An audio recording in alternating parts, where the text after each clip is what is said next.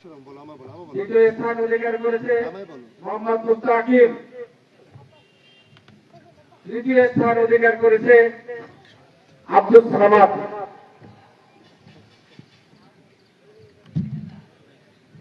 জন্ম কিশোরগঞ্জ পাশে ঐতিহাসিক দিন কিশোরগঞ্জবাসীর জন্ম। আজকে মোহতারাম আমিরে জামাতের মধুবনীতে ধন্য কিশোরগঞ্জ জেলা। এই মাঠটি আজকে ঐতিহাসিক মাঠ হিসেবে ঘোষণা করা হলো। আমাদের আলোচকদের বিভিন্ন আলোচক এই মাঠকে এবং আজকের এই প্রোগ্রামকে ঐতিহাসিক প্রোগ্রাম হিসেবে ঘোষণা করা হয়েছে। তার কারণ হল মোহতারাম আমিরে জামাত সর্বপ্রথম আজকে এই মাঠে এসেছেন তাওহীদের বীজ বপন করার জন্য। আজকে আপনারা যারা সামনে উপবিষ্ট আছেন, যারা বাইরে বসে আলোচনা শুনছেন, তাদের জন্য আজকে একটা ঐতিহাসিক মুহূর্ত। আপনারা যারা সামনে উপবিষ্ট আছেন, নির্বাচন তারিখের প্রচার ও প্রসারের লক্ষ্যে আপনারা এক একজন তার এলাকায় এক একজন দায়ীর কাজ করবেন। আপনাদের মাধ্যমে এই কিশোরগঞ্জ জেলা একদিন বিতর্কিত হয়ে তাওহীদের পদচারণায় মুখরিত হবে ইনশাআল্লাহ। যার পরিপ্রেক্ষিতে মোহতারাম আমিরে জামাত জীবন ধ্যানে উপনীত হয়েও এই শারীরিক অসুস্থতা নিয়ে আপনাদের মাঝে শীঘ্র বিধানের মূলোৎপাটন করার জন্য ভবিষ্যতে এখানে কিশোরগঞ্জে যাতে করে তাওহীদের বীজ বপন করা হয়, সেজন্য এসেছেন এই মাঠে। সেজন্য এই মাঠকে আমরা আজকে ঐতিহাসিক মাঠ হিসেবে ঘোষণা করলাম। সম্মানিত উপস্থিতি, এই পর্যায়ে অত্যন্ত মূল্যবান এবং জ্ঞানগর্ভ আলোচনা নিয়েছেন দক্ষিণ এশিয়ার প্রকৃতি শিক্ষাবিদ, রাজশাহী বিশ্ববিদ্যালয়ের আরবি বিভাগের প্রবীণ অধ্যাপক, উভয় বাংলার আরাবিদের প্রাণের স্পন্দন, হৃদয়ের স্পন্দন, আইলাদিস আন্দোলন বাংলাদেশের প্রাণ পুরুষ, আইলাদিস আন্দোলন বাংলাদেশের মোহতারাম আমিরে জামাত প্রফেসর ডক্টর মোহাম্মদ আসাদুল্লাহ আল গালিব হাফিজুল্লাহ, প্রফেসর ডক্টর মোহাম্মদ আসাদুল্লাহ আল গালিব হাফিজুল্লাহ। আমি মোহতারাম আমিরে জামাতকে তার মূল্যবান বক্তব্য পেশ করার জন্য সবিনয় নিবেদন জানাচ্ছি।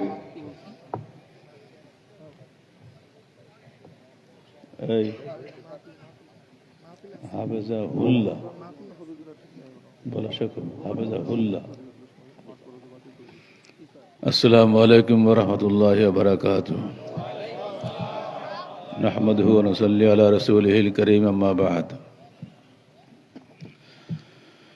فقد قال الله تعالى في الكلام المجيد بحسن بيانه الوجيز: فأعوذ بالله السميع العليم من الشيطان الرجيم. بسم الله الرحمن الرحيم.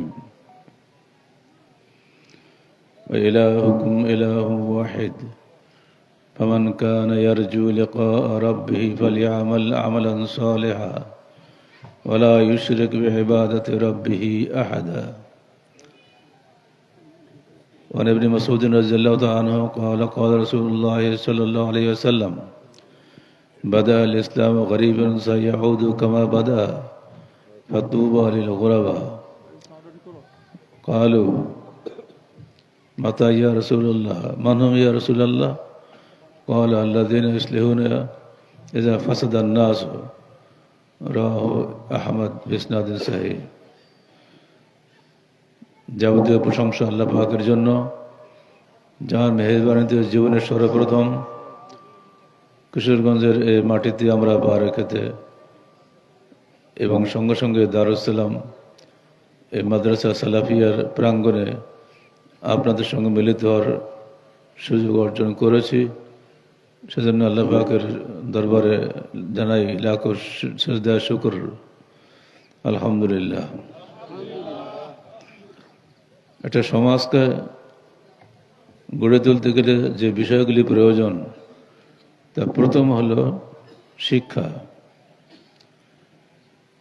আর এজন্য রাসূলুল্লাহ সাল্লাল্লাহু আলাইহি ওয়াসাল্লাম মক্কায় সর্বপ্রথম যায়েদ বিন আরকামের গৃহে দারুল আরাকাম গড়ে তুলেছিলেন, যেখানে তিনি নও মুসলিমদেরকে শিক্ষা দিতেন। দূর অতীতের সেই দারুল আরকাম আজকে বিশ্বের প্রান্তে প্রান্তে অসংখ্য ইসলামী বিশ্ববিদ্যালয়ে রূপ নিয়েছে। আজকের এই ছোট্ট মাদ্রাসার এই প্রাঙ্গণকে ছোট্ট মনে না করে আমরা আগামী দিনের বড় কিছুর বীজ কেন্দ্র হিসেবে গ্রহণ করতে পারি। এখানকার ছাত্ররা বিশুদ্ধ আকীদা আমলে গড়ে উঠুক, এটাই কিন্তু আমরা চাই। আর এদিকে ইঙ্গিত দিয়েই আল্লাহ পাক সূরা কাহফ 110 আয়াতে চমৎকার ভাবে বলে দিচ্ছেন, ওয়া ইলাহুকুম ইলাহুন ওয়াহিদ, তোমাদের ইলাহ মাত্র একজন। ফামান কানা ইয়ারজু লিকা রাব্বিহি ফালিয়ামাল আমালান সালিহা, অতএব তোমাদের মধ্যে যারা মৃত্যুর পরে আল্লাহর দিদার লাভ করতে চায় তারা যেন দুনিয়া থেকে দুটি কাজ করে আসে। এক, আমলে সালেহ, শিরক বিমুক্ত নির্ভেজাল তাওহীদ বিশ্বাস এবং বেদাত মুক্ত নির্ভেজাল সুন্নাহ। বিশ্বাস হবে ওয়ালা ইউশরিক বিইবাদাতি রাব্বিহি আহাদা, আল্লাহর ইবাদতের সঙ্গে কাউকে শরীক করবেন না। এবং ফালিয়ামাল আমালান সালিহা, আমল করবেন আমলে সালেহ, যার মধ্যে বেদাত থাকবে না। এই দুটি শর্ত ছাড়া যাতে যাওয়ার কোনো রাস্তা নাই। যখন আপনি আমলে সালেহ করতে যাবেন তখনই আপনাকে অবশ্যই সহি হাদিস মানতে হবে। আপনি হয়তো বলবেন যে সহি হাদিস কি? হাদিস সবই তো সহি। যারা ইসলামী শিক্ষা আদৌ শেখে নাই তারা এই কথাগুলো বলতে পারে। হাদিস যে শুধু সহি নয়, জয়ীফও আছে, জালও আছে, এগুলো তারা যারা বিজ্ঞ তারা ভালোভাবে জানেন। এই জন্য সহির মধ্যে আবার আসাহ সহিও আছে। যেন আমরা সানা পড়ি আল্লাহুম্মা বাঈদ বাইনি ওয়া বাইনা খাতায়ায়া, ঠিক না? কিন্তু আরো 4-5টা সানা আছে, সেগুলোও সহি। কিন্তু সবচেয়ে সহি হচ্ছে বায়েত বায়ানিটা, কারণ এটা বুখারী ও মুসলিম উভয় কর্তৃক বর্ণিত। বুখারী মুসলিম কর্তৃক বর্ণিত আর অন্য কোনো সানা নাই। নিঃসন্দেহে সেগুলোও সহি, কিন্তু আমরা সবচেয়ে আসাহ সহি যেটা, সবচেয়ে বিশুদ্ধতম যেটা, ওটাকে মেনে চলি। আমাদের সালাতুর রাসূলে যতদূর সম্ভব আমরা পেরেছি সর্বাপেক্ষা সহিটাই আমরা দিয়েছি, যাতে জনগণকে বিভ্রান্তির মধ্যে না পড়তে হয়। 4-5টা মুখস্থ খুব দরকার নেই, সবচেয়ে ভালোটা মুখস্থ করলে তো হয়ে গেল। এমনি করে করে এই যে আমরা রফলে দান করি, 450 হাদিস আছে, একটা বা দুটা হাদিসে আছে তা জয়ীফ হাদিস। আমরা জনগণের কাছে সহি হাদিসটা তুলে ধরেছি। এখন জনগণ ইচ্ছা করলে সহিটা মানতে পারে, না মানতে পারে, কারণ ঘাড়ে থেকে লাঠি মারবে না। সহি হাদিসটা মেনে চলার থেকে উত্তম নয়? আমরা যেমন বাজারে বেগুন কিনতে যাই, সবজি খেতে, বেগুনটা দেখি কোনটা পোকা আছে কোনটা পোকা নাই, দেখি না এগুলো। 2 টাকা দামের কফি কেজি এখন বগুড়ায়, রাজশাহীতে 20 টাকা কেজি। এই এত ছোট্ট একটা জিনিস, অল্প দামের জিনিস, সেটাও দেখি কোনটা পোকা আছে কোনটা পোকা নেই। তো আমি পরকালের মুক্তি পাবো যে আমলটা করলে, অর্থাৎ সালাত আদায়। তো প্রথম কিয়ামতের দিন প্রথম প্রশ্ন হবে সালাত সম্পর্কে। সালাতের প্রশ্ন সঠিক হলে সমস্ত আমল সঠিক হবে, নইলে সব বরবাদ হবে। আসলে হাদিসটা আমি সেই সালাতটা যে সহি করে পড়তে না পারলাম সারাটা জীবন, তো করলামটা কি? আমরা জনগণের কাছে সর্বাধিক সহিটা তুলে ধরার চেষ্টা করেছি। আমাদের বইপত্র যত রকম বই আমরা আছে, এই সমস্ত বইপত্রের একটা উদ্দেশ্য আমাদের যাতে সহি জিনিসটা তুলে ধরা যায়। আর সেই কারণে শিরক বিমুক্ত নির্ভেজাল তাওহীদ যদি না হয়, শুধু আল্লাহ আল্লাহ বললাম, এর নাম তো আল্লাহ আল্লাহ আল্লাহ বলতে পারেন ঠিকই, কিন্তু তাওহীদ নয়।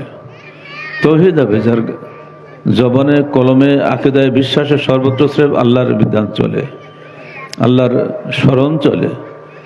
এই আল্লাহর এই তাওহীদটাই, যদি ইন্ডিয়া যান আপনি, সেখানে গিয়ে আপনি দেখেন দে বাবা খাজা দে দিলা দে।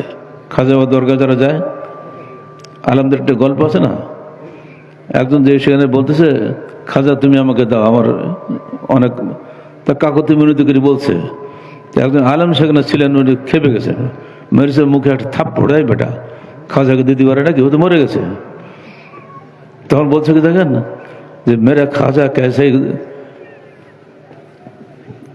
देखो मेरा खाजा कैसी कुदरत है कि वो खुद भी देता है, लोगों से दिला भी देते हैं। আমার খাজার কতই ক্ষমতা, নিজেও দেয়, অন্যের পকেট থেকে দিয়েও দেয়। ওর আগে তো ও ঠিকই বুঝছে। তো ওখানে যে এই তৌহিদটা হয়ে গেছে শিরকে, ঠিক বাংলাদেশের আলেমদের কাছে এই তৌহিদটা হয়েছে কি দেখেন। বুখারী শরীফের অনুবাদ বোধহয় আপনাদের বোধহয় ঘরে ঘরে আছে, রশিদিয়া লাইব্রেরির বুখারী শরীফ সপ্তম খণ্ড 13 থেকে 33 পৃষ্ঠা পর্যন্ত পড়ে দেখবেন 167টা আরবি কবিতা আছে। 167 লাইনের মধ্যে 97 লাইন কবিতা হলে শিরকি মিশ্রিত। আপনি তো আরবি পড়তে পারেন না, অনুবাদ তো পারবেন, বাংলা পড়ে দেখেন, অনুবাদটা পড়ে দেখেন যদি থাকে বাড়িতে আপনার। সালামুন আলাইকা মিন আজিজিল হক, সালামুন আলাইকা মিন আজিজিল হক আতাকুম বিন গায়রি উদ্দাহ গারাকতু ফি বাহরি জুনুবি ফাখুয বিয়াদি আনতাল করিম খুয বিয়াদি। আরবিতে বললাম, কবিতা দুটি লাইন শুনলাম। আমি এসেছি হে আল্লাহ রসুল তোমার দরবারে হজের সফরে, তোমাকে সালাম জানাচ্ছি। এসেছি বেন গায়রে উদ্দা, কোনো রকম পাথর ছাড়াই। আমি গারাক্তবে বাহরিল জুনুবে, গুনাহের সাগরে ডুবে আছি। খুয বিয়াদি আনতাল করিম খুয বিয়াদি, অতএব আমাকে তুমি হাত ধরে উঠাও, হে দয়ালু আমাকে হাত ধরে উঠাও। এবার আপনারই বলেন, এটা কি শিরক হবে না শিরক তাওহীদ হবে? যিনি লিখছেন তিনি বাংলাদেশের অদ্বিতীয় আলেম। বুখারী শরীফের অনুবাদকে যাচাই মানুষ করতে পারে? হ্যাঁ, বাস্তব। বাড়ি যেয়ে কিতাব খুলে দেখেন।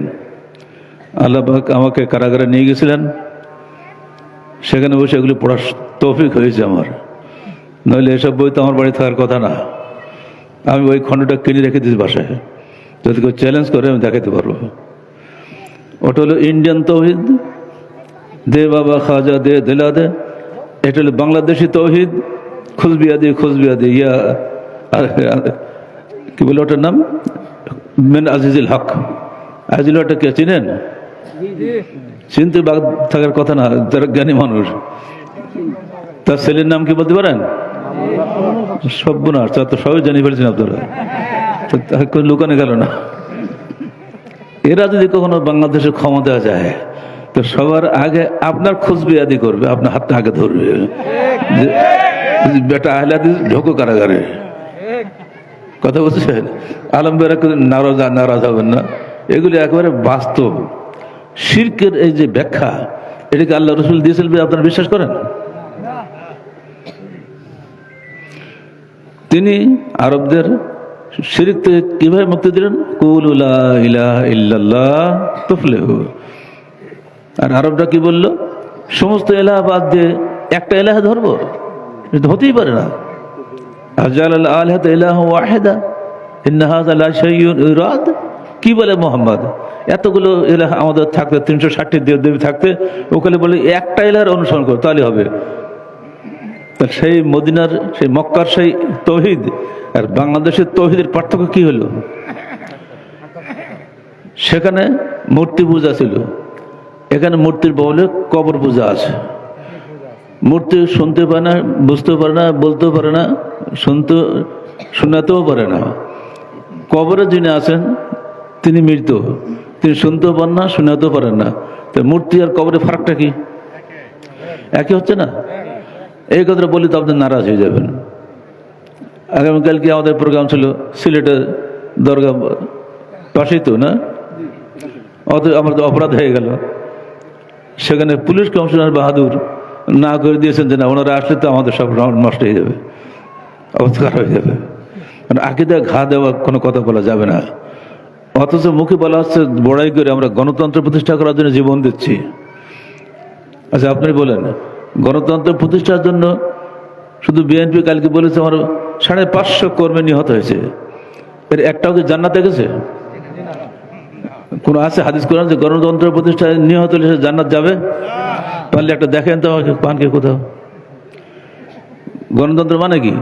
জনগণ অধিকাংশ রায় চূড়ান্ত। এই 10 জন লোক এক জায়গায় ভোটাভুটি করলো, 6 জন একটা কথা বললো, ওইটা গণতন্ত্র। আর সেখানে জনগণের সার্বভৌম ক্ষমতার উৎস, আর আমাদের কাছে আল্লাহর সার্বভৌম ক্ষমতার উৎস। তাদের কাছে জনগণের রায় চূড়ান্ত, আর আমাদের কাছে ওহির বিধানে চূড়ান্ত। ওহির বিধান বলছে সুদ হারাম, আর গণতন্ত্র বলছে সুদ না হলে চলবে কি করে। 53 বছর বাংলাদেশ স্বাধীন হয়েছে, এখন পর্যন্ত এদেশের অধিকাংশ লোক মুসলমান। এখন বলা হচ্ছে 92%। এত মুসলমানের মূল আকীদা হলো ইসলাম, তাই না? ইসলামী বিধান তো চলবে এই দেশটা, এ তো জিজ্ঞাসা করা লাগে না কারো কাছে। কিন্তু 53 বছরে একটা সরকারও ইসলামী বিধান মোতাবেক দেশ চালিয়েছে? কেউ চালায়নি। আর ইসলামের নামে যারা দেশ চালানোর জন্য ভোট নিতে চাচ্ছেন, তারা ওই গণতান্ত্রিক রাস্তা দিয়ে ইসলাম কায়েম করার জন্য চাচ্ছেন। গণতন্ত্রের লাইন একদিকে, ইসলামের লাইন আর একদিকে, দুই দিকে গেলে তো হবে না তো। ফলে তারা কিছু করতে পারেনি। তাদেরকে এত বলা সত্ত্বেও যে বাবা ইসলাম কায়েম হবে ইসলামী তরিকায়, ইহুদি নাসারাদের তরিকায় ইসলাম কায়েম হবে না, কিন্তু এ কথা কেউ বুঝতে রাজি না। কারণ ইহুদি নাসারাকে খুশি করে কোন ইসলাম কায়েম হবে না, হয়নি, কোনোদিন হতে পারে না। ইহুদি নাসারা মুসলমানদের শত্রু। আল্লাহ পাক পরিষ্কার বলে দিয়েছেন কোরআনের মধ্যে, ওয়ালান তারদা আনকাল ইয়াহুদু ওয়ালান নাসারা হাত্তা তাত্তাবিআ মিল্লাতাহুম। কোশ্চেন কালো তোমার উপরে খুশি হবে না ইহুদি নাসারারা যতক্ষণ তুমি তাদের অনুসারী না হও। আল্লাহ নবী তাদের অনুসারী হয়েছিলেন? তিনি হননি, আমরা হই কাম করে। ফলে ইসলামের শুধু আকাঙ্ক্ষা থাকলে হবে না, ইসলামের আমল নিজের মধ্যে থাকতে হবে, এবং সেই আমলটা জনগণকে বুঝ দিতে হবে। যখন জনগণ বুঝবে যে এটা ঠিক নয়, তখন কিন্তু ইনশাআল্লাহ জনগণ ঘুরে দাঁড়াবে। আগামী দিনে এমন একটা দিন আসবে যখন জনগণ ঘুরে দাঁড়াবে এবং ইসলাম কায়েম করার জন্যই তারা বলবে, এবং ইসলামের কায়েম হবে ইসলামী খেলাফত রাষ্ট্র ব্যবস্থার মাধ্যমে, গণতান্ত্রিক রাষ্ট্র ব্যবস্থার মাধ্যমে নয়। এর বাইরে কোনো পথ দেখাতে গেলেই তিনি বিপাকে পড়বেন। বাইরে পথ দেখাতে গিয়ে তারা নিজেরা ধোঁকা খেয়েছেন, অন্যদেরকেও ধোঁকা দিচ্ছেন।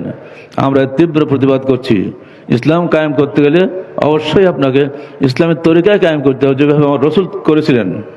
তিনি তো কাফেরদের সঙ্গে আপোষ করেননি, আমরা তো কুফরি মতবাদের সঙ্গে আপোষ করতে পারি না। বাংলাদেশি শিরক, ইন্ডিয়ান শিরক, আর ওই মক্কা মদিনার শিরক আসমান জমিনের পার্থক্য। মক্কা মদিনার শিরক ছিল বটে, কিন্তু তারা তৌহিদের সঙ্গে আপোষ করে নাই। আল্লাহ রসুল তৌহিদের সঙ্গে শিরকের সঙ্গে আপোষ করে নাই।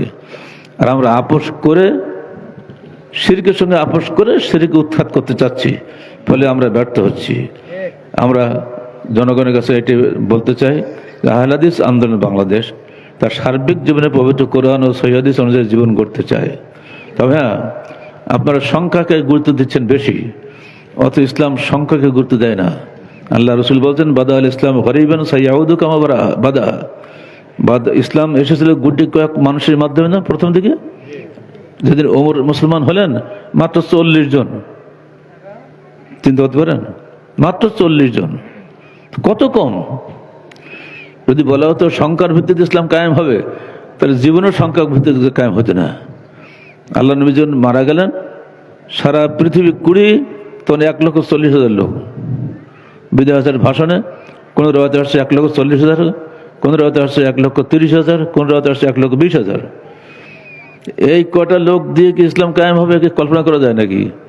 অথচ তখন সমস্ত আরব 20 লক্ষ মানুষের বাস। 20 লক্ষের মধ্যে 1 লাখ লোকের মাধ্যমে ইসলাম বিজয় হয়ে গেল। কিভাবে হলো? তাদের আকীদা এবং আমলের কারণে। আকীদার সামনে সবাই মাথা নিচু করতে বাধ্য হলো। পরিষ্কার, আপনার স্ত্রী গর্ভবতী হলো, কিভাবে হলে বলতে পারেন? কোন ক্ষমতা আছে আপনার বলার? ডিম আগে জন্মেছে না মুরগি আগে জন্মেছে, কারো বলার ক্ষমতা আছে? ডিমের মধ্যে আস্তে আস্তে জীবনটা এসেছে, আস্তে আস্তে তার মধ্যে বড় হয়েছে। অবশ্য যখন আল্লাহ পাক বের করে দিবেন তখন সে ভিতর থেকে ঠোকা দিয়ে দিয়ে ডিমের খোসা ভেঙে ফেলে দেয়, দিয়ে ডিমটা বেরিয়ে আসে। এবার আপনাকে আমি প্রশ্ন করব, ডিম আগে না মুরগি আগে? কি দেবেন উত্তর? কি বলার কায়দা আছে? বাপ আগে না সন্তান আগে? কিছু বলার কায়দা নেই। বাপ একসময় সন্তান ছিল বাবা, এত সহজে বলে দিলে হবে না। এত সহজে বলে কি আল্লাহ লাগে? আপনি বাধ্য হন বলতে যে আল্লাহ একজন আছেন, আল্লাহ নাই এমন কথা বলে তারা পাগল ছাড়া কিছু নয়। যিনি অলক্ষ্য থেকে সব কিছুর একেবারে সাম্য বজায় রেখে দিয়েছেন। আজকে এখানে দুজন লোক অ্যাক্সিডেন্ট করলো, কালকে আপনার বাড়িতে দেখবেন একসময় জমজ দুটো বাচ্চা হইলো। ওই যে অ্যাক্সিডেন্ট করে মরা দুটোর স্থান পূরণ হয়ে গেল ওখান দিয়ে, আপনার বাড়িতে হয়নি আরেক জায়গা হয়েছে। সারা বিশ্বে যে সংখ্যা সাম্য, সারা বাংলাদেশের যে সংখ্যা সাম্য, নারী এবং পুরুষের দেখছেন না, 3 গুণ পুরুষ আর 4 গুণ নারী হয় না, ওই একটু সামান্য কম বেশি থাকে। কিভাবে হয়? কে করে এগুলা? এগুলো সবই আল্লাহর পক্ষ থেকে হয়। এই যে আলো বাতাস সব চলছে, বায়ু প্রবাহ চলছে, আজকে আল্লাহ একটু এসি বাড়িয়ে দিয়েছেন, এই জন্য একটু শীত লেগেছে, আপনারা সব জবুধবু হয়ে গেছেন শীতে, তাই না? আল্লাহ কালকে আর এসি কমাই দেবে, গরম লাগবে, তাদের মধ্যে ফেলে দিচ্ছে, ছোট্ট দৌড় মারবেন। তাহলে মূল এটা কার হাতে? আল্লাহ হাতে না? এটা আপনি বলতে বাধ্য, আপনি বলতে পারেন বা না পারেন, আপনার কোনো ক্ষমতা না কিছু করার। গাড়িতে বসে হাসছি, কি ড্রাইভার তোমার গাড়ির ভিতরে গরম কেন? তো স্যার আপনি ঢুকবেন তো, একটু বাড়াই দিলেন এসিটা। এটা মনে করো আল্লাহর হাতে, তোমার হাতে আছে, একটু বাড়ানোর ক্ষমতা আছে বলে করে দিলে, কিন্তু আল্লাহ তোমার পুরো বাংলাদেশের শীত নামাবেন কি উঠাবেন এই ক্ষমতা কিন্তু তোমার নাই, এটা আল্লাহর হাতে। আল্লাহ দোয়া বাতাস যেমন সবার জন্য মঙ্গলকর, আল্লাহ দোয়া আলো যেমন সবার জন্য মঙ্গলকর, আল্লাহ দোয়া বায়ু যেমন সবার জন্য মঙ্গলকর, আল্লাহর বিধানও ঠিক হিন্দু মুসলিম জৈন খ্রিস্টান সকল মানুষের জন্য মঙ্গলকর। এটা নয় যে হিন্দু মুসলমান ইসলাম আসলে হিন্দু মুসলমানদের কি অবস্থা হবে, কিছু বলে ধোকা দেয় আমাদেরকে। হিন্দু মুসলমান কি আল্লাহর বান্দা না? হিন্দু মুসলমান কি মুসলমানদের ভাই নয়? ওরা কি এক আদমের সন্তান নয়? তারা বোঝে নেয় ভুল পথে গেছে বলে তারা হিন্দু হয়েছে, মুসলমান হয়েছে, এতে পার্থক্য। কিন্তু তাদেরও সৃষ্টিকর্তা আল্লাহ, তাদেরও পিতা আদম। বিদায় হজের ভাষণে আল্লাহ রসুল বলছেন, ইয়া আইয়ুহান নাস ইন্না রাব্বাকুম ওয়াহিদ ইন্না আবাকুম ওয়াহিদ আলা কুল্লুকুম লা ফাদলা লি আরাবিয়্যিন আলা আজামিয়্যিন ওয়ালা লি আজামিয়্যিন আলা আরাবিয়্যিন ওয়ালা লি আহমারা আলা আসওয়াদা কুল্লুকুম মিন আদম ওয়া আদম মিন তুরাব। দেখো হে জনগণ, তোমাদের রব একজন, তোমাদের পিতা একজন, অতএব তোমাদের কালোর উপরে সাদার, আরবের উপরে অনারবের কোন ভেদাভেদ নাই। তোমরা প্রত্যেকেই এক আদমের সন্তান, আর আদম ছিল মাটির তৈরি, কোনো অহংকার নাই। ইল্লা বিত্তাকওয়া, সির্ফ তাকওয়া ছাড়া। চোর শাস্তি পাবে, সাধু পুরস্কার পাবে, স্বাভাবিক কথা। এইটুকু ছাড়া কোনোই পার্থক্য নাই। এই ভাষণ দেওয়ার মাত্র 80 দিনের পরে আমার রসুল দুনিয়া থেকে বিদায় হয়ে গেলেন। আমরা সেই রসুলের উম্মত। অর্থাৎ ইসলামী বিধান, ইসলামী খেলাফত অর্থ ধর্ম বর্ণ নির্বিশেষে সকল মানুষের কল্যাণমূলক রাষ্ট্র ব্যবস্থা। সেই রাষ্ট্র ব্যবস্থা আগামী দিনে এই দেশে আসুক। আপনারা এটা চান না? যখন এই চাওয়াটা অধিকাংশ মানুষের মুখ দিয়ে বেরিয়ে আসবে, ইনশাআল্লাহ দেশ পরিবর্তন হয়ে যাবে। আর বাংলাদেশ পৃথিবীর 3য় বৃহত্তম মুসলিম দেশ। এখানে হওয়া যতটা সহজ, অন্য জায়গায় এত সহজ নয়। অন্য জায়গায় নানা দলে মতে বিভক্ত। বাংলাদেশ আলহামদুলিল্লাহ সবাই নিজেকে আমরা সুন্নি বলি। সুন্নিরা যদি সত্যিকার অর্থে সুন্নি হয়ে যায়, তাহলে এদেশে আর কোনো কিছুই লাগবে না, এখানে ইসলামী হুকুমত কায়েম হয়ে যাবে। আসলে সুন্নিরা তো আসলে সুন্নি না, পুরো বেদাতিরা নিজেদেরকে সুন্নি বলে। সমস্যা তো সেখানে। মিলাদ পড়ে কারা? সুন্নিরা মিলাদ পড়ে নাকি? আল্লাহ নবী কোনো গেলে মিলাদ পড়ছেন? আল্লাহ নবী তো তার খলিফা ছিল 4 জন খলিফা, তা জীবনে করে মিলাদ পড়ছে তারা? 4 জন খলিফার মধ্যে তো 2 জনই তো তার শ্বশুর, আবু বকর ওমর, আল্লাহ নবীর শ্বশুর না? আর ওসমান আলী তার জামাই না, তো তারা তো একটু করলে তো শ্বশুরের জন্য একটা মিলাদ পড়ি বা জামার জন্য দুটো মিলাদ পড়ি। তো আমাদের এমন সুন্নি আমরা মিলাদ না হলে আমাদের পেট ভরে না। এখন মিলাদ অনেক কমে গেছে, খাওয়া অনেক কমে গেছে। এগুলো কেন করো? লাভটা কি? সেটা মানুষকে গরম করে কিছু পয়সা কামাই করা। শবে বরাতে চোটটাট কি ছিল আগে, যখন আমরা আমাদের সাংগঠনিক জীবনে প্রথম দিকে শবে বরাতে অত্যাচার দেখা যাচ্ছে না, আর এখন শবে বরাতে প্রায় উঠেই গেছে। আপনি ওঠেনি, কিন্তু এই সব কিছু আমাদের প্রচেষ্টার মাধ্যমে হয়েছে, আপনার মধ্যে হয় না। আহলে যুব সংঘের প্রথম দিকে যখন আমরা কাজ শুরু করি, তখন কি যে বাধার মধ্যে যে আমাদের কাজ করতে হয়েছে তার ঠিক নাই। চূড়ান্ত বাধা ছিল। সেই বাধা ডিঙে ইট পাটকেল খেয়ে তাড়াতাড়ি খেয়ে এখন শেষ পর্যন্ত চলে এসছে আপনাদের এলাকায়। এখানেও বাধা আসবে ইনশাল্লাহ, বাধা টিকবে না, বাধা টিকতে পারে না। সুন্নতের মোকাবেলা বেদা টিকতে পারে না, তাওহীদের মোকাবেলা কোনো শিরক টিকতে পারে না। পবিত্র কোরআন এবং সহিহ হাদিসের বিশুদ্ধ আলোক যখন জ্বলবে তো সব ঠান্ডা হয়ে যাবে। এই যে মাদ্রাসা আপনারা করেছেন, অত্যন্ত নেকির কাজ করেছেন। মাদ্রাসা দারুল আরকামের অনুকরণ যদি করতে পারেন, সির্ফ কোরআন এবং সুন্নাহ এখানে পড়াশোনা হবে। আমাদের হাদিস ফাউন্ডেশন শিক্ষা বোর্ডের সিলেবাস যেটা আমরা দিয়েছি সারা দেশে চলছে এখন আলহামদুলিল্লাহ। এটা যদি আপনারা চালাতে পারেন, দেখবেন খুব দ্রুত পরিবর্তন আসবে। সন্তান যখন এসে বাপকে বললো, আব্বা আপনি যে মিলাদ পড়েন, একে আল্লাহ নবী পড়েছে, তখন বাপ লজ্জা পাবে না? ছোট্ট বাচ্চা যদি বলে, মা তুমি যে ভাত খাওয়া দিচ্ছ তো বিসমিল্লাহ বলেছিলে খাওয়ার আগে, মা লজ্জা পাবে না? আমার তো মনে পড়ে, যখন প্রথম মহিলা সংস্থা করি আমি 1983 সালের 23 নভেম্বরে রাজশাহীর চাঁপাইনবাবগঞ্জের একটা গ্রামে কনসার্টে। তো আমি যখন বক্তব্য দিতে উঠি, তখন আমাকে একজন বলল, স্যার মহিলারা আসতেছিল তো ছেলেরা ঢিল মেরেছে। তো আপনারা বুঝতেই পারছেন না, রাগ হয়ে গেলে বক্তব্য জোর হয় না। 2.5 ঘন্টা থেকে 3 ঘন্টা বক্তব্য করলাম সেদিন।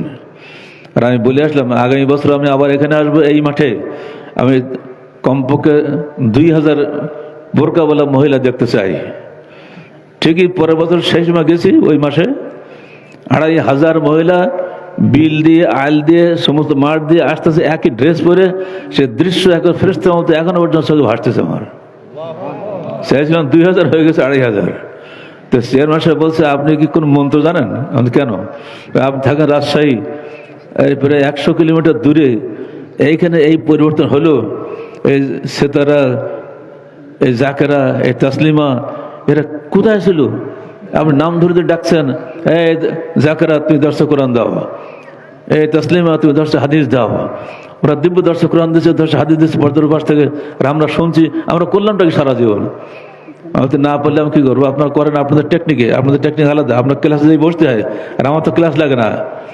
আমি এখান থেকে যে সিলেবাস দিয়েছি, সিলেবাস ওরা অনুসরণ করে, সেগুলো পড়ে ওরা নিজেরা তালিম বৈঠক করে। যার যার মহিলাদের বাড়িঘর আছে না, একজনের বাড়িতে যদি 10টা মহিলা বসে, সমস্যা কি? আলাদা স্কুল কলেজ লাগবে না।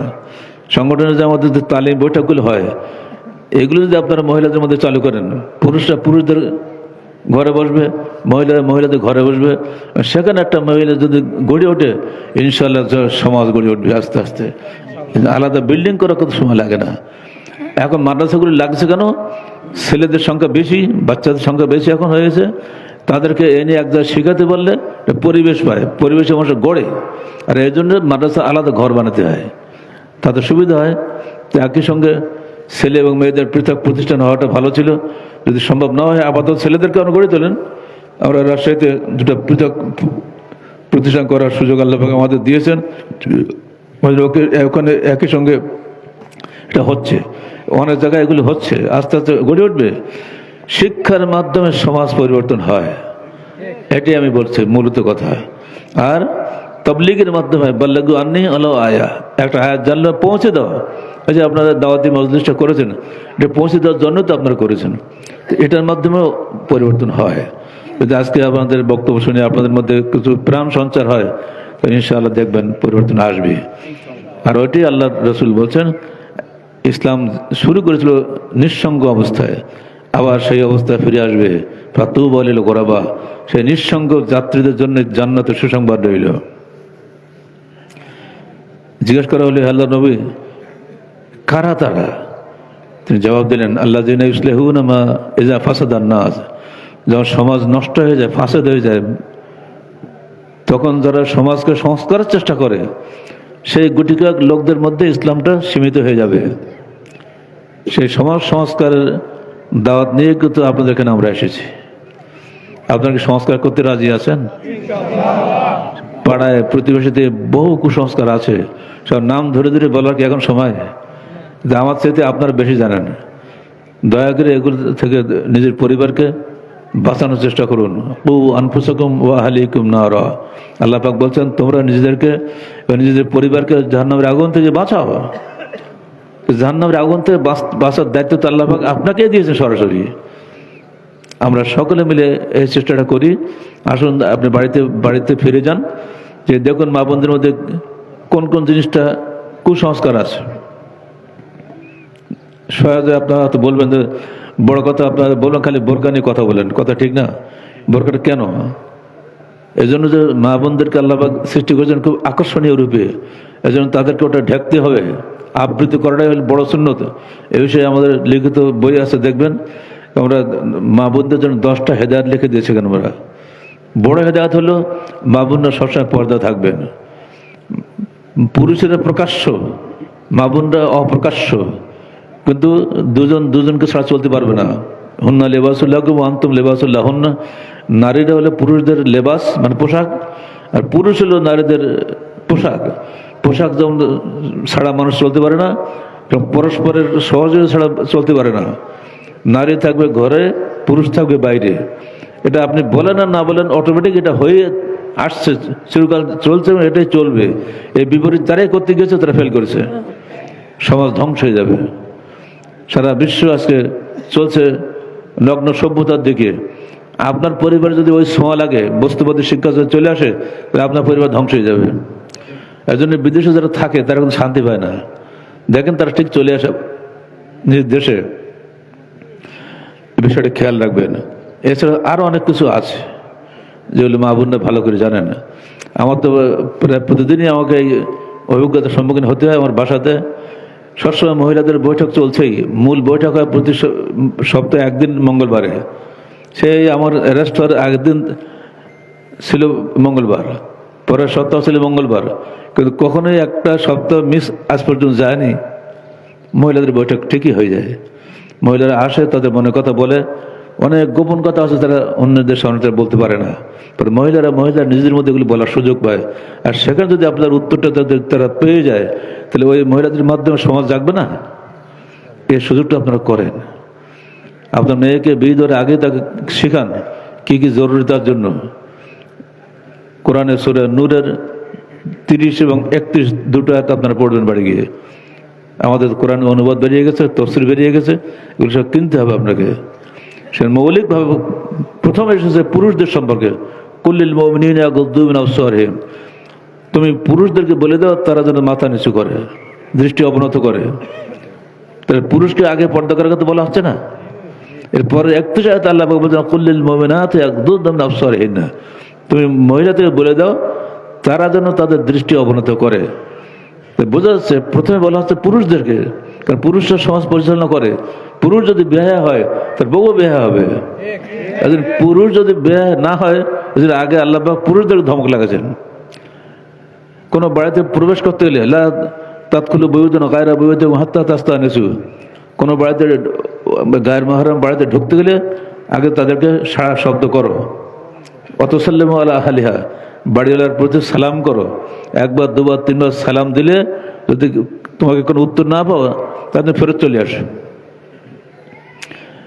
ওমর ফারুকের বাড়িতে গিয়েছেন আবু মুসা আশআরী, একবার দুবার তিনবার সালাম দিয়েছেন, দরজা সাড়া দেননি, ফলে উনি রিটার্ন ব্যাক করেছেন। সঙ্গে সঙ্গে ওমর ফারুক ঘর থেকে বেরিয়ে চলে গেছে।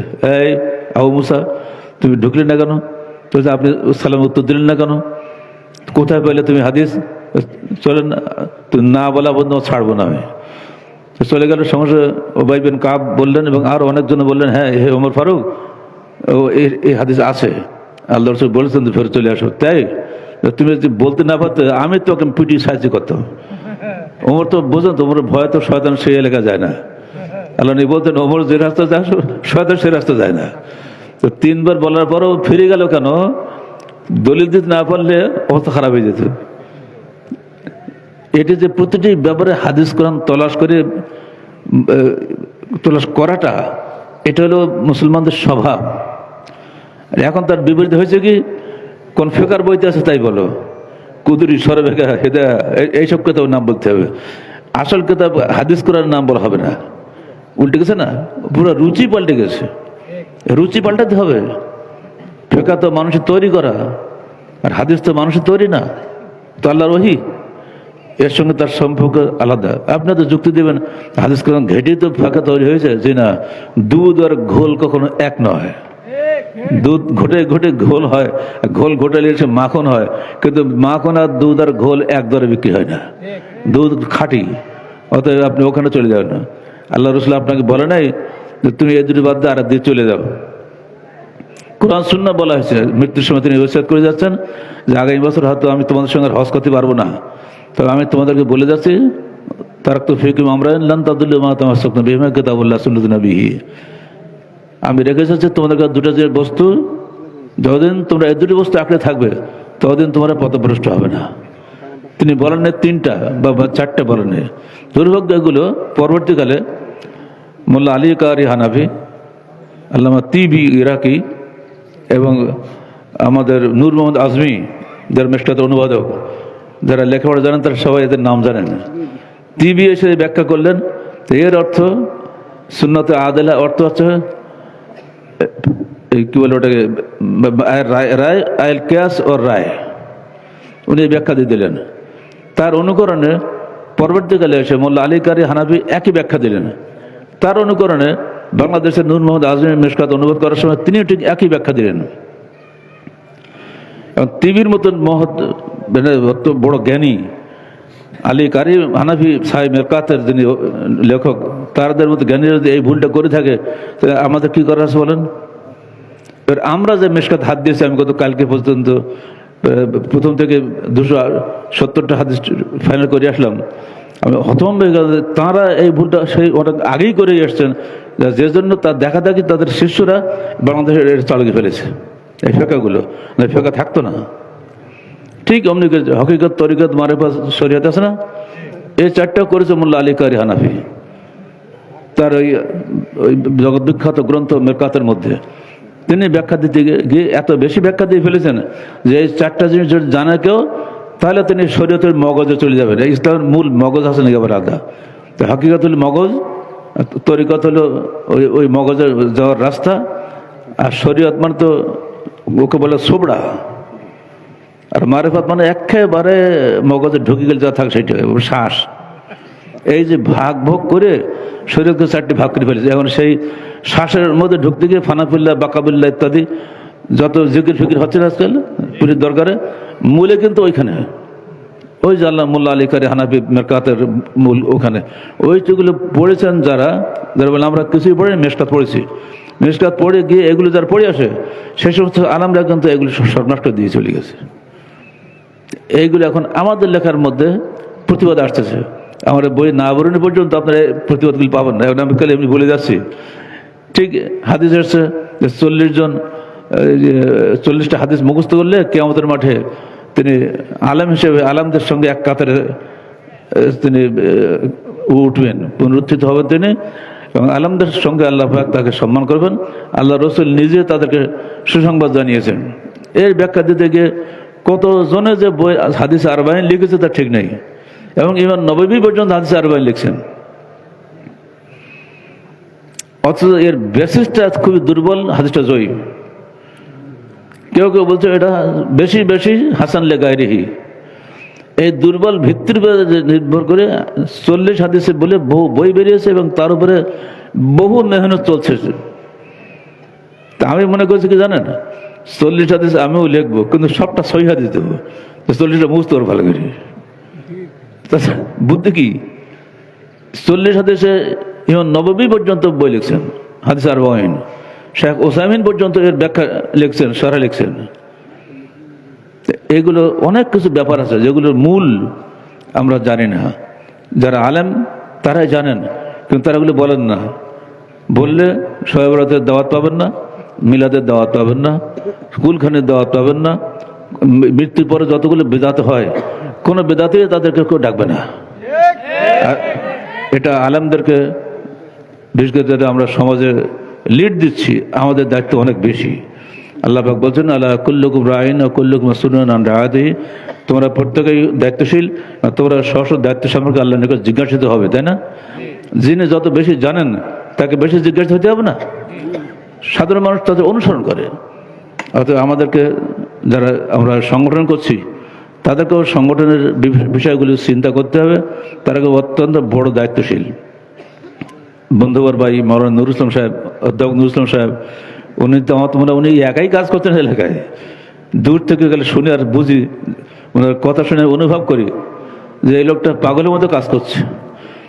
ওনার এই পাগলামি বলেন, সেই পাগলামির বরকতে একটা মাদ্রাসা হয়েছে এবং আজকের সম্মেলনটা হইল। তার সঙ্গে এবার শিক্ষা সফরে আমার সঙ্গে মাসুদ শেখদের ভাইয়ের সঙ্গে সাক্ষাৎ হয়েছিল। আমি ওনাকে অনেক অনেক কথাই বলছিলাম যে ভাই, অন্যের সমালোচনা না করে বরং কাজ করেন নিজে কিছু। কত সমালোচনা করবেন, যার ফাঁদে সেই পড়বে, কিছু কাজ করেন। এবারে আমি ওনার কাজ দেখে মুগ্ধ হয়ে গেছি। উনি যেভাবে দিনরাত এই পিছনে মেহনত করেছেন, আমাদের যত মেহমানদের খাওয়া দাওয়া সব দায়িত্ব ওনার বাড়িতে। এ কি যাতা কটনে রাখিয়েছে, আমি তো পারতাম না, আমার অত টাকা নেই। এই যে কাজটা উনি করলেন, এবার মনে হয় শিক্ষা সফরে ফসল বেড়ে মনে করছি, যদি ওনারা যে দুজন এক মনে কাজ করেন, বহু লোক ইনশাআল্লাহ পাবেন। আমরা দোয়া করে দুই ভাইয়ের জন্য, তাদের মেহনত আল্লাহ কবুল করুন। এবং এর মাধ্যমে যদি বীজ তৈরি হয়ে যায়, এই বীজটা আগামী দিনে ফল হবে, তাই না? বীজই নাই তো ফল হবে কোত্থেকে? আমি পরিশেষে আপনাদেরকে ধন্যবাদ জানাচ্ছি। এবং আমাদের যারা এতক্ষণ পর্যন্ত এই ঠান্ডা বসে আছেন, আমি তো ভাবছি আমি আগেই উঠে যাওয়া উচিত ছিলাম, আর কেউ যাচ্ছেন না, তো আমার কাছে আশ্চর্য লাগছে। আর এখন তো আর আমরা কত দূরে যাবো তো বুঝতে পারছেন। আমরা একদম রেডি বেরিয়ে আসছি, এখান থেকে নেমে সোজা গাড়ি টান দেবো। কোথায় যাব? ঢাকায়। তাহলে আমাদের অবস্থাটা বুঝতে পারছেন। বয়স তো আপনার আমাদের খুব একটা খুব বেশি নাই। দোয়া করবেন যেন আল্লাহ পাক সুস্থ রাখেন এবং আপনাদের কাছে দাওয়াতের প্রোগ্রামে আমরা তৌফিক দেন আল্লাহ পাক। পরিশেষে আমি আবারও জানাচ্ছি, আহলে চান্দন বাংলাদেশ সারা বাংলার বুকে পবিত্র কোরআন ও সহিহ আলোকে জীবনগুলোর দাওয়াত দিচ্ছে এবং দিয়ে যাবে ইনশাআল্লাহ। সর্বোপরি এ দেশটাকে পূর্ণরূপে পবিত্র কোরআন ও সহিহ হাদিসের ভিত্তিতে ইসলামী খেলাফত রাষ্ট্র কায়েম হোক, এটা আমরা কামনা করি। প্রচলিত গণতন্ত্র ধ্বংস হবেই, হতে যাচ্ছে, থাকবে না। পৃথিবীর সমস্ত দেশ থেকে গণতন্ত্র পালাচ্ছে এখন। গণতন্ত্র সারা দুনিয়া থেকে পালাচ্ছে, খালি এখান থেকে না, সব জায়গায় শেষ। আমেরিকার মতো দেশে ট্রাম্পের মধ্যে একটা পাগল হয়েছে প্রেসিডেন্ট। ট্রাম্পকে সবাই এক বাক্যে পাগল বলে, কখন যে কি বলে ঠিক নেই। সে যদি সে দেশে টাকার জোরে কিনে কেটে নিয়ে ভোট কিনে হয়, গতবারে ভোট হয়েছিল না, গত 4 বছর আগে, পার হেড $10 করে দিয়েছিলেন ঘুষ, সে হিসাবে বেরিয়ে আসছে। আর এবার কত ডলার দিয়েছে আল্লাহ, তারা যদি ঘুষ খেয়ে ভোট দেয়, তাহলে আমাদের বাংলাদেশে এরকম ট্রাম্প যদি আসে না, তো একা কিনে ফেলবে, সব কারো লাগবে না। তাহলে $100 দিলে ভোট বিক্রি হয়। এটা পাগলদের কারবার। আপনিই বলেন, এই যে পুঁটি আর ইলিশ মাছকে এক দর হয়, কিন্তু ভোটে তাই হয় না? ভোটের বাক্সে ঢুকেলে দরকে আলাদা হয়, সব সমান। এ তো পাগলও বোঝে যে একটা ফালতু জিনিস। কোনো জ্ঞানীগুণী মানুষ ভোট কেন্দ্রে যায়? কোনো জ্ঞানী মানুষ কাছে ভিক্ষুকের মধ্যে বলে আমাকে ভোট দাও, আমাকে ভোট দাও, বলে না। তো এ ফালতু জিনিস, এগুলোর মধ্যে আমরা ঢুকবো না আর যে কদিন বাসি আল্লাহর কাছে প্রার্থনা করবেন। আল্লাহর রহমত হলে সবে পরিবর্তন হবে, আর নইলে কিছুই হবে না। আগামীতে আমাদের তবলিগ ইজতেমা আসতেছে 13-14 ফেব্রুয়ারি। এই তো আর বেশি দিন নেই। প্রতি বছরে আমরা করি। আহলে হাদিস ভাইদের মিলন মেলা বলতে পারেন। সারা দেশে আহলে হাদিস ভাইদের একটা মিলন মেলা। আপনারা যাবেন তো? যাবেন। সবার সঙ্গে হয়তো দেখা হবে না, কিন্তু গেলে এক জায়গায় বসলে একটা মহব্বতের আবহাওয়া সৃষ্টি হয়। এই মহব্বত আপনার মধ্যে জীবন দান করে, আর এর মাধ্যমে আপনি আর 1 বছরের জন্য আপনার মধ্যে ইঞ্জিন এসে যায়, স্পিরিট এসে যায়, চার্জ হয়। ব্যাটারি চার্জ হওয়া লাগে না, সে চার্জটা হয় কিন্তু এই ইজতেমার মাধ্যমে। আজকে যেমন ছোট সম্মেলনে অনেক কিছু হয়ে গেল। কিন্তু অনেক আপনাদের মধ্যে উৎসাহ সৃষ্টি হয়েছে না, ইনশাল্লাহ আগামী বছর আবার আপনারা করবেন, আবার এখানে আবার হবে ইনশাআল্লাহ। আপনাদের সবাইকে ধন্যবাদ জানাচ্ছি, আমাদের জন্য দোয়া চাচ্ছি এবং আমরা আপনার জন্য দোয়া করছি। আকুলু কওলি হাযা আস্তাগফিরুল্লাহ লি ওয়া লাকুম ওয়া লিসাইরিল মুসলিমিন। আসসালামু আলাইকুম ওয়া রাহমাতুল্লাহি ওয়া বারাকাতুহু।